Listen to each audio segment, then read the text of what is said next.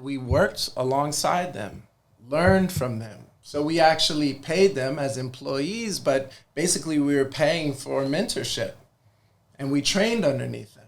Like I remember early on, this is anybody who's in fashion, you're welcome to like hate me for what I'm about to say, but I'm gonna admit some real. Welcome to Shoes Off Talk. We have the prodigal son back in the building. All right, look at him. Woo!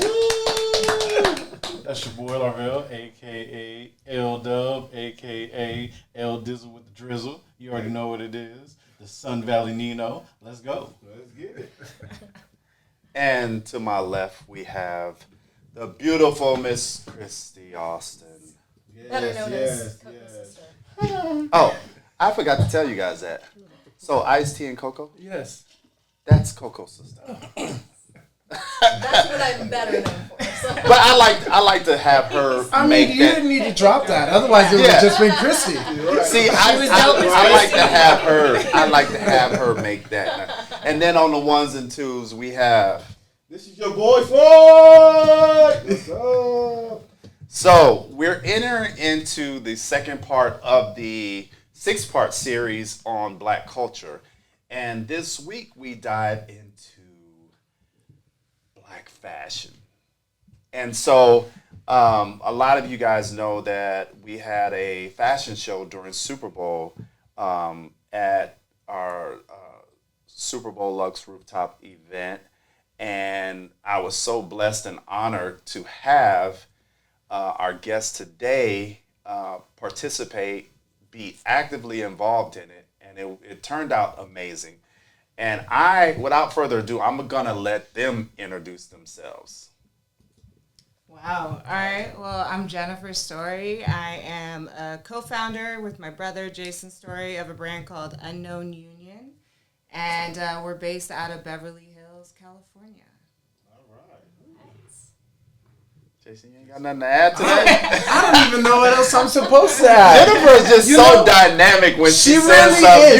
is. You get caught up in just looking at her like, okay. It literally happened. So, like, we were at an art exhibit just last weekend, and we were introduced to this lovely woman, Carla, who's commissioner for arts and culture at Beverly Hills. And she's like, well, what do you do? Tell me about the fashion. So I started explaining it to her, and she's like, oh, it sounds real familiar. She's like, maybe I think I've read something about you somewhere. I'm like, all right, you might have.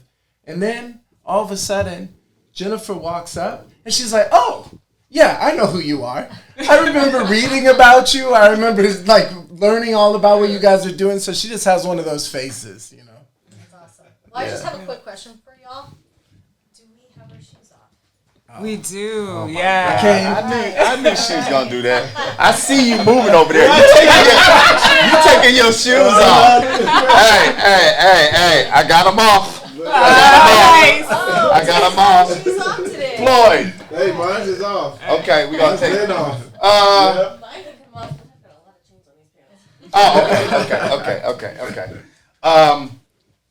Man, it's just, this 6-part series on Black culture was very important to me because I felt like when we speak about Black culture, we're not only speaking to ourselves as the individuals within Black culture.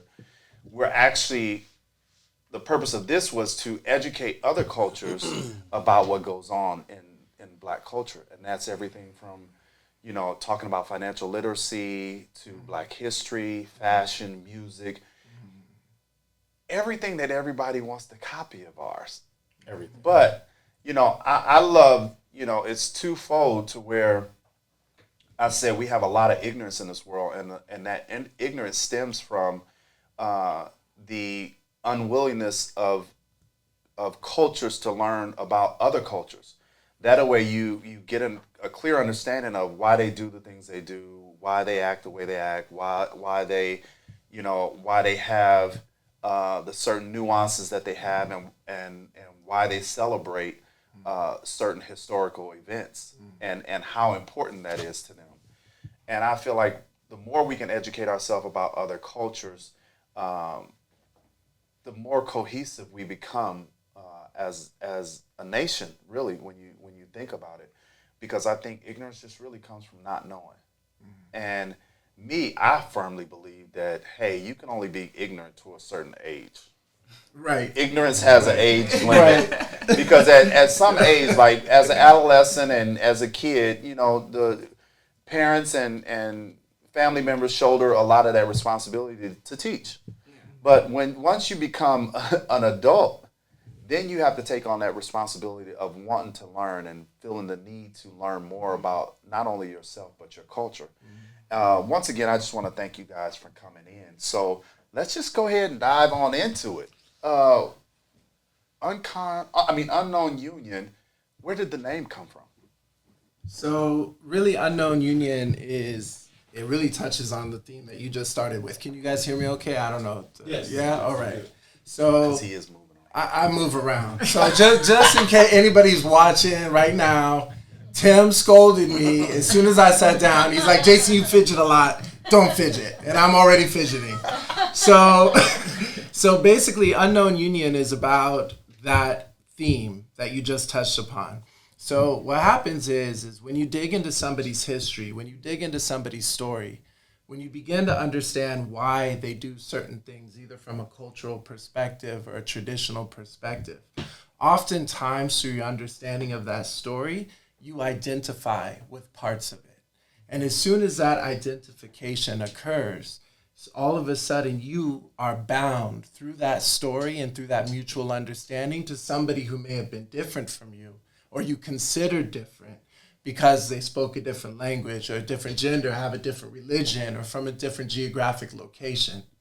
But the reality is that as we all around the world continue to tell our stories, we will find that common bond and common ground with one another.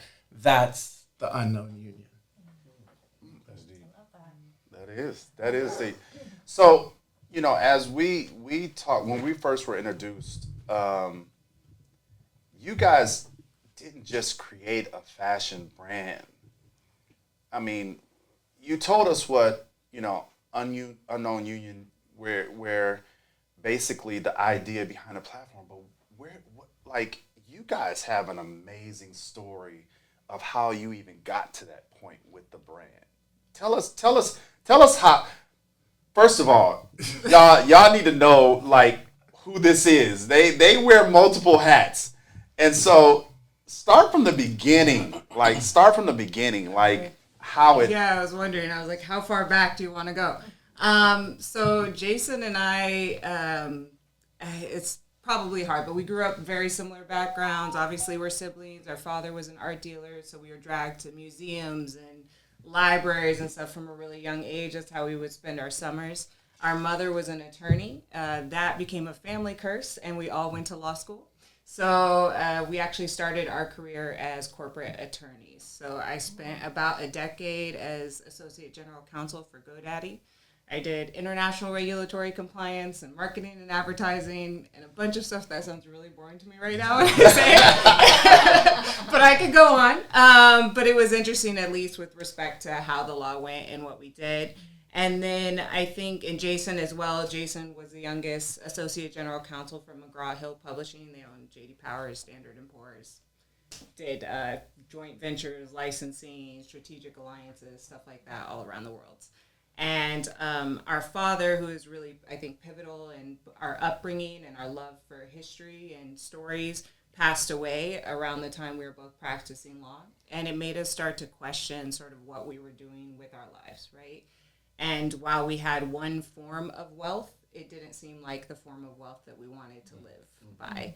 And so that sort of put us on this journey of discovery, like how are we living a purpose-driven life every single day? I know that sounds really cliche, but for us, it was just we're searching for all this stuff. And at the end, when I get to that point of death, I wanted to be able to look back and be like, I lived a full life. Like I met the needs of both spiritually, intellectually, family, relationships, every single day that I was allowed breath on this earth.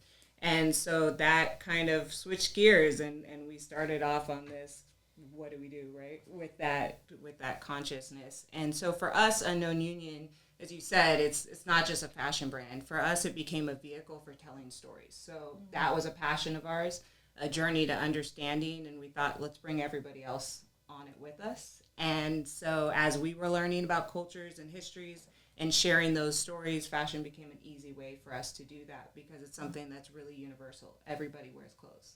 Everybody puts brands or ideologies or thoughts.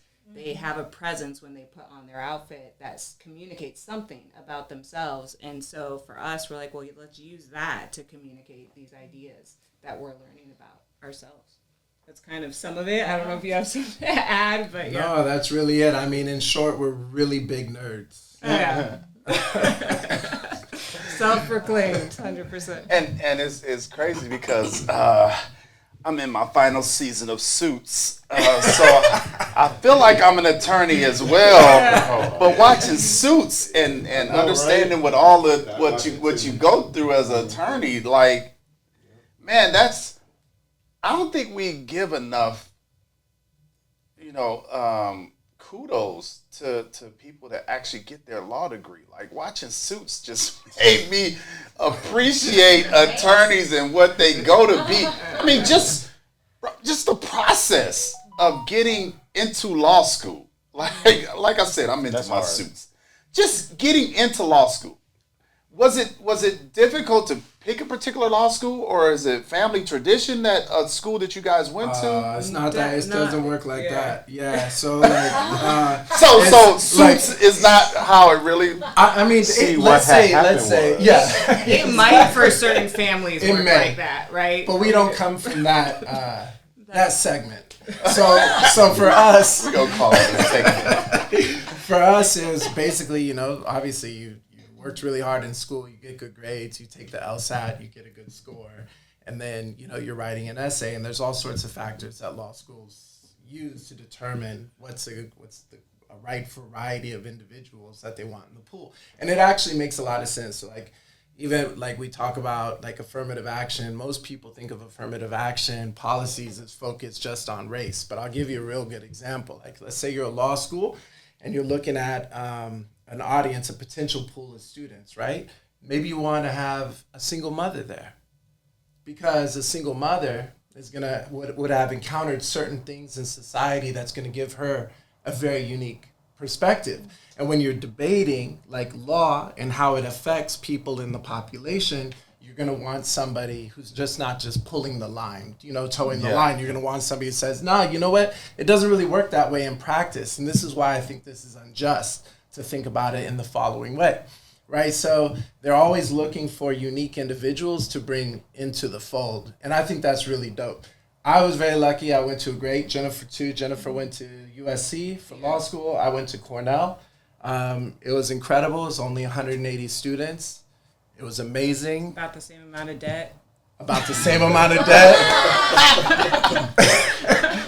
And for those that are lucky to get into those top schools, it doesn't mean that you're the best lawyer. That's the other fallacy that exists out there. I mean, there are amazing attorneys who are turned out from what they call like lower ranked law schools. That's really, it's a branding situation. Just because you graduated from Harvard or Yale or USC or Michigan or you name any top law school, it doesn't really mean that you're going to be an incredible lawyer.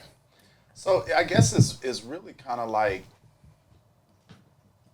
any career. People will go to a specific school because that gives them a door into that particular career. It's a brand Yeah. too. Because maybe the guy that runs that was a CEO or the company went to UCLA. So I'm a UCLA alum.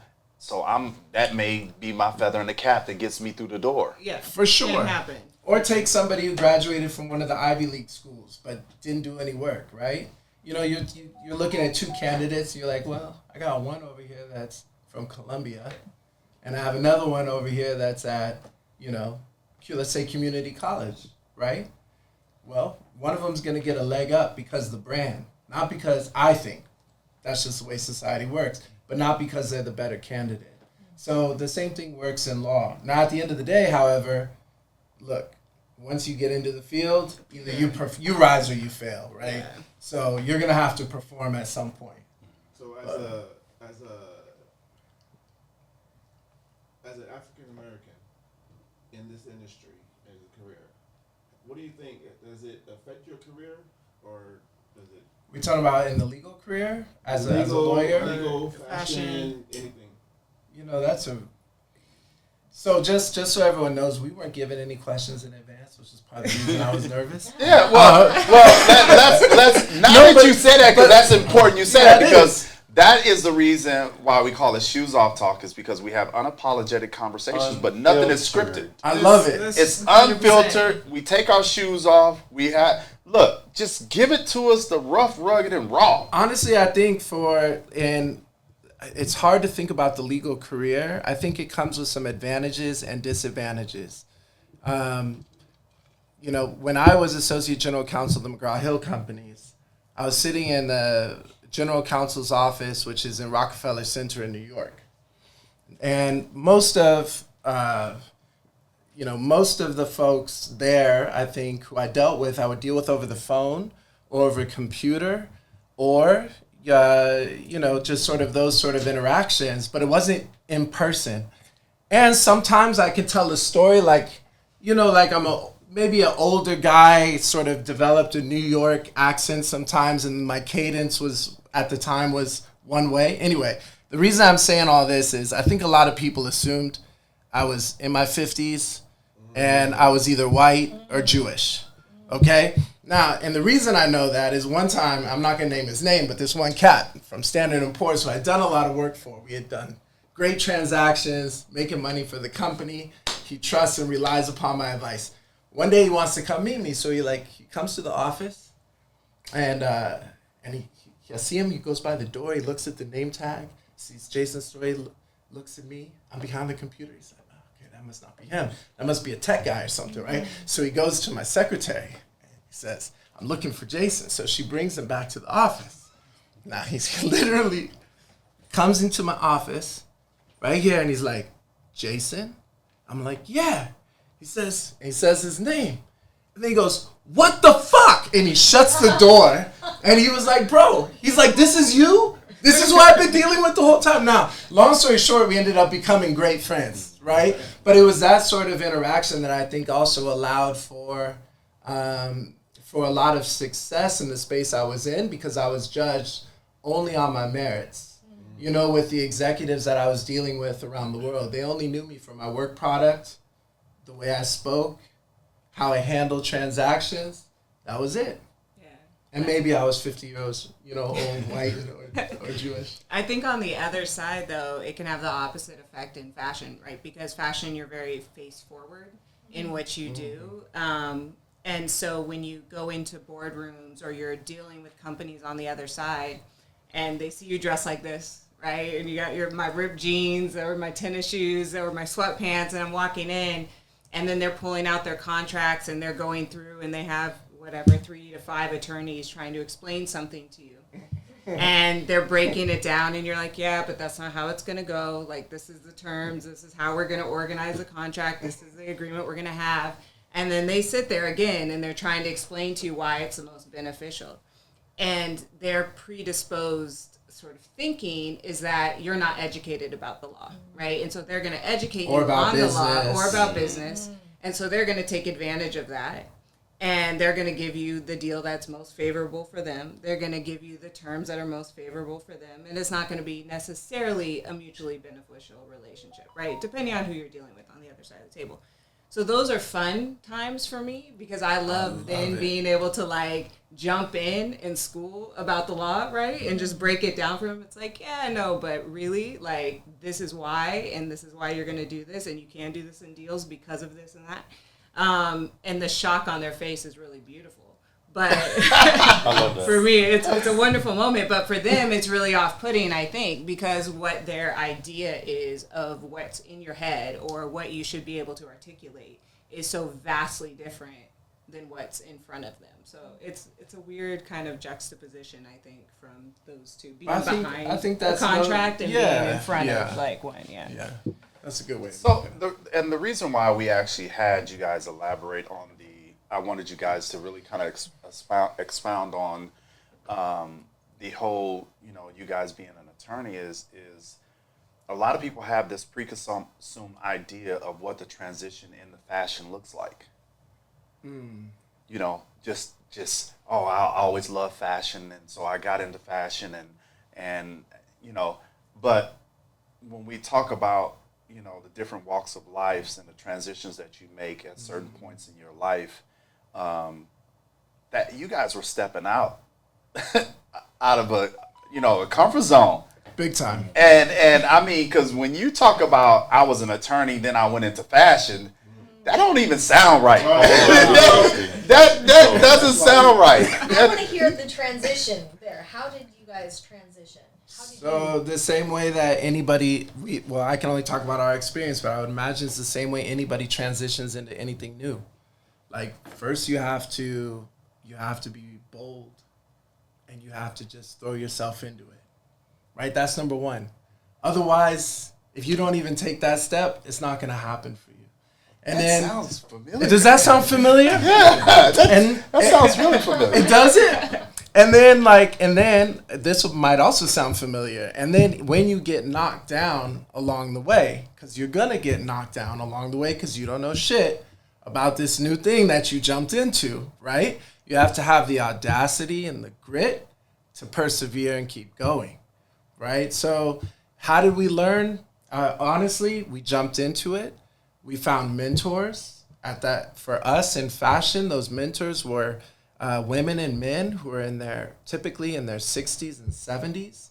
They were seamstresses, pattern makers, cutters, tailors, and we worked alongside them, learned from them. So we actually paid them as employees, but basically we were paying for mentorship, and we trained underneath them.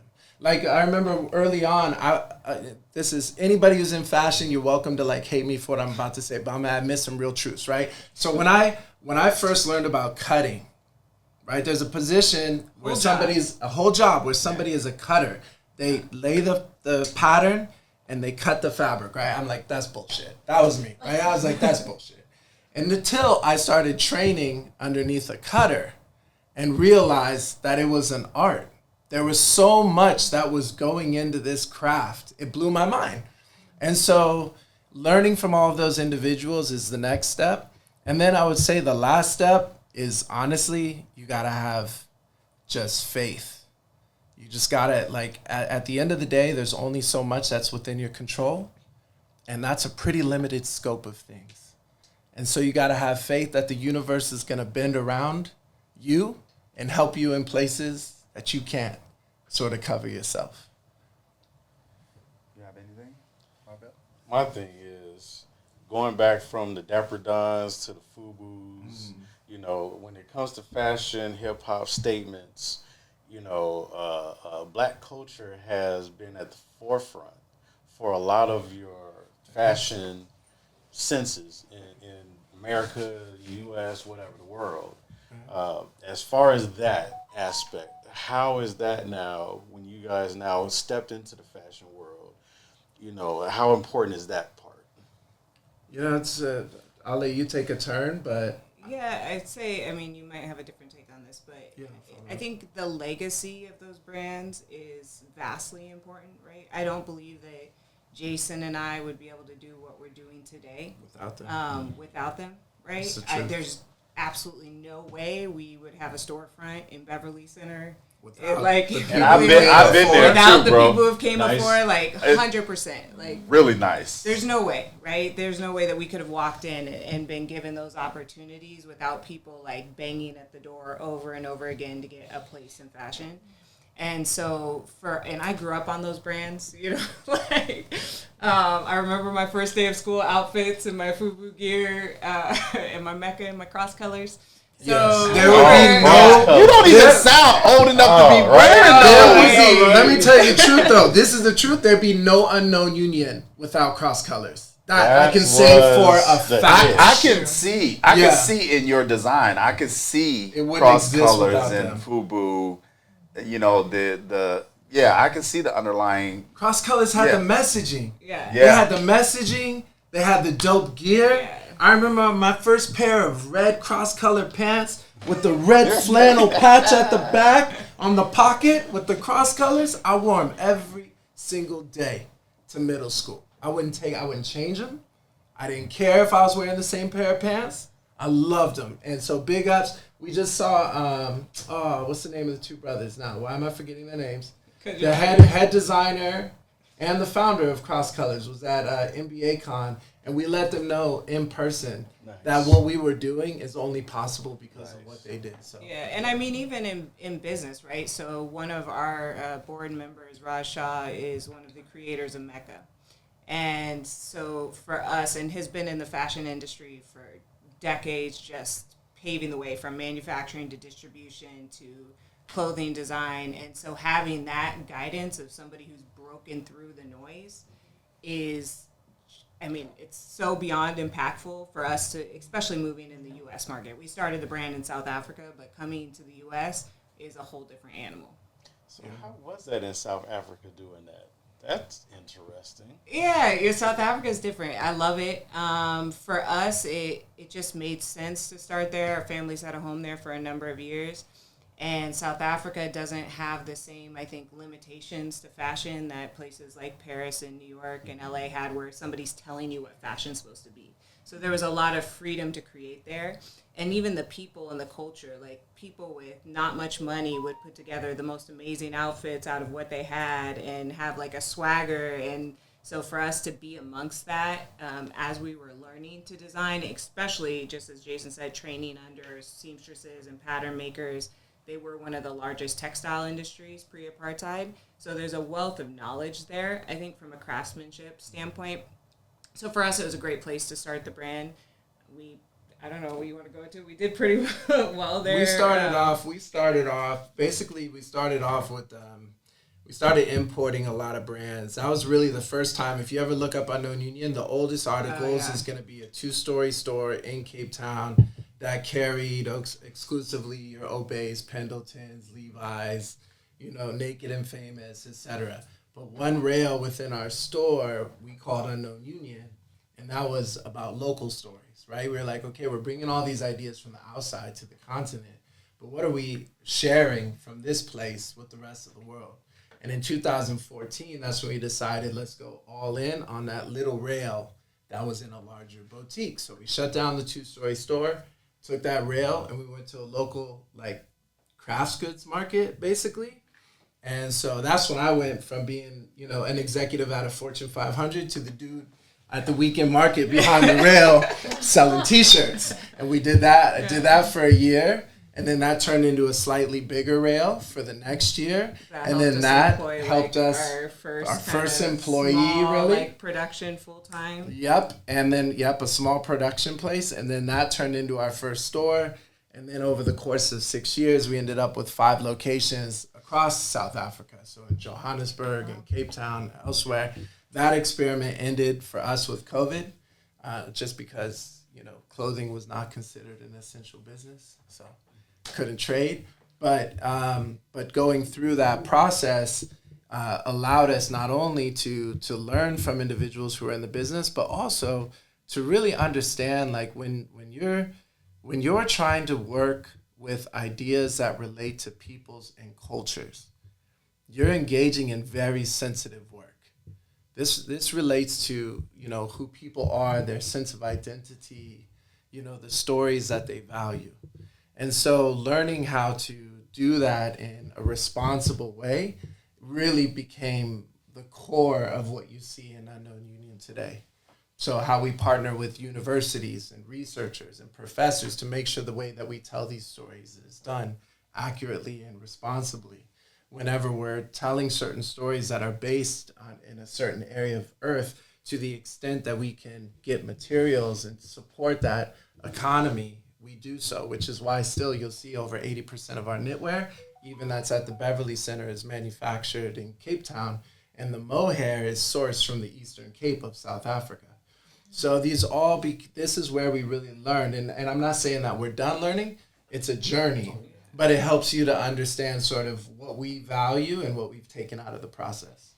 It's crazy because when I went to their store at Beverly Center, and it's so crazy because when you walk through their store, you feel like you're walking through a museum of history, because you really get the feel that there's stories all over their store, and like it's you feel like you walk into Africa, and just you may not even understand the language and the messaging that's on the clothes, but like you just get that feel like, okay, I walked in that store, I'm gonna learn something. It's just that's the feeling that I got. Means the world. And so, and that's like I have this picture, and I don't know if you saw it, where I laid on that couch and I put my feet up and I just laid there and I looked at that wall, and it was like I wasn't in the U.S. I felt like I was in Africa, and I laid there for a good minute, and I was just in a space that was it was unfamiliar, but it was a space that I had been wanting to be in and learn more about my culture. And when you leave the store, it's almost like you are leaving a museum or a zoo where you just learned so much about stuff that you thought you had an idea that you knew but really didn't. And it was really just the overwhelming feeling of, I accomplished something just walking into the store. So I just want to congratulate you guys on, the love and the nurturing and everything that went into that store, because you get that as a consumer. Walking into that store, you get that. Like I felt like I was a part of something. That's so amazing. So Thank you, yeah, brother. so I just want to tell you guys, just keep doing what you're doing, man, because a lot of times, I'm an entrepreneur. A lot of times we get so engulfed in what we do is that we don't realize the people that we're affecting with what we do. And sometimes you need that reminder, because I've been there, and I know you guys get there. Sometimes you ask yourself, okay, what am I doing this for? Like we constantly have to remind ourselves of what our why is, and whether it's the people that's around us or the goal, we constantly have to remind ourselves of what our why is. And so, I had just share a quick story. I had a guy came to me a couple months ago, and I know the guy. Like, we've hung out, and I've been knowing the guy for a while. And he came to me and he told me, he said, we were talking, and he said, Tim, you've changed my life. If he never said another thing, to have somebody come to you and tell you that you changed their life, and you don't even know how, You won. you win. Yeah, for sure. Like, everything that I've done up until this moment in my life all happened in that one moment where he said what he said. But then he went on to say that I've followed you for a long time on social media, and the impact that you make in other people's lives, he was like, I see it because I know what you did for me. And he just went on to elaborate, and man, if I tell you, I was blown away. And I say that to say, to our listeners, it's like, don't ever do anything for the applause or the attaboys or even the money, because none of that matters in the big scope of things. What matters are the lives that you touch, the lives that you affect, doing what you love. Because, and it's just crazy to me, because that wasn't a goal of mine. That wasn't a goal of mine to see how many lives I've touched. My goal is to change mindsets. But to know that you've impacted somebody's life like that in that process is the ultimate. It is the ultimate. And I just want to let you guys know that you guys have done that. If you do nothing else, you guys have done that. And to continue to do what you're doing, we all in the entrepreneurial world, running businesses.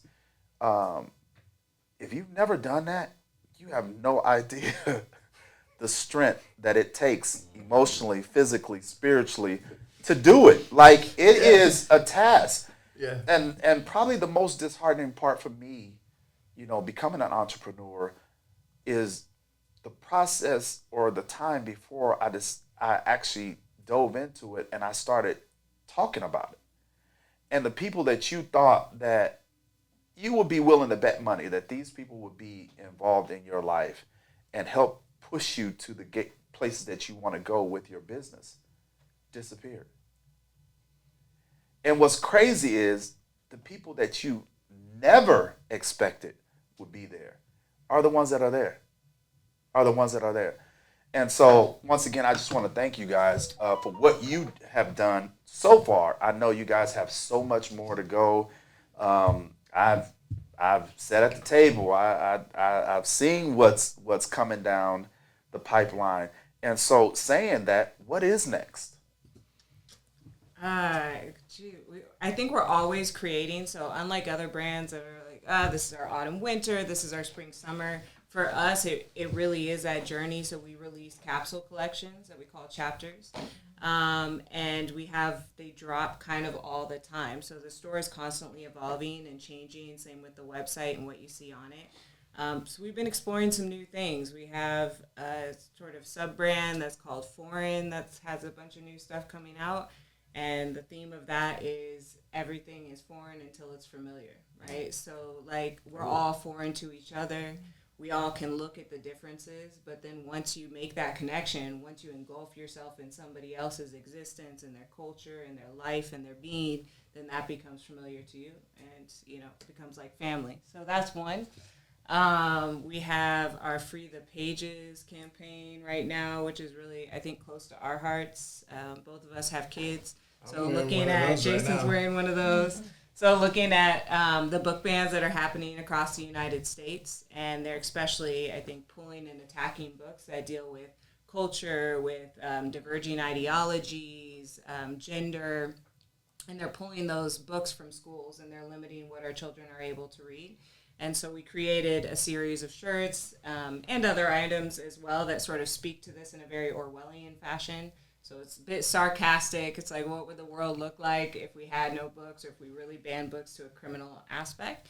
And then with those, we're using a portion of those proceeds to go to the Legal Defense Fund for the NAACP as well as PEN America.